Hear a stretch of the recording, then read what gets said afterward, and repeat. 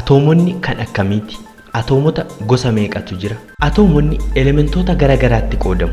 Isaanis hammamtaa elektiroonii, pirootoonii fi niwutiroonii of keessaa qaban irratti hundaa'uun elementoota gosa garagaraa uumu. Kana jechuun baay'inni qabiyyee elektiroonii, pirootoonii fi niwutiroonii atoomii tokko keessa jiru atoomiin sun elementii akkamii akka ta'e murteessa.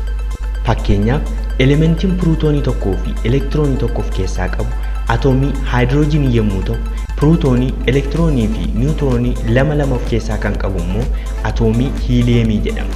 Haaluma kanaan akkuma qabiyyeen isaanii jijjiiramaa adeemu, elementii gosa adda addaatu uumamaa deema. Hanga ammaatti kan namni qoratee fi kalaqee bira ga'e gosa elementoota 118 irra ga'eera. Kanneen keessaa 94 uumamaan kan argaman yommuu ta'u, 24 immoo nam-tolcheedha. Isaanis haala kanaan gabatee periyoodikii keessatti argamu.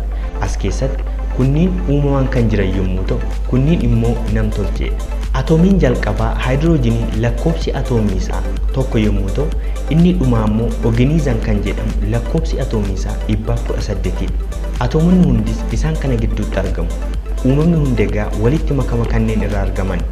Atoomonni kun immoo akkamitti walitti ijaaramanii wantoota qabatamaa nuti argaa jirruu fi itti fayyadamaa jirru kana uumuu danda'an kan jedhuuf sagantaa itti aanutti waliin ilaalla. Ammaaf turtii gaarii.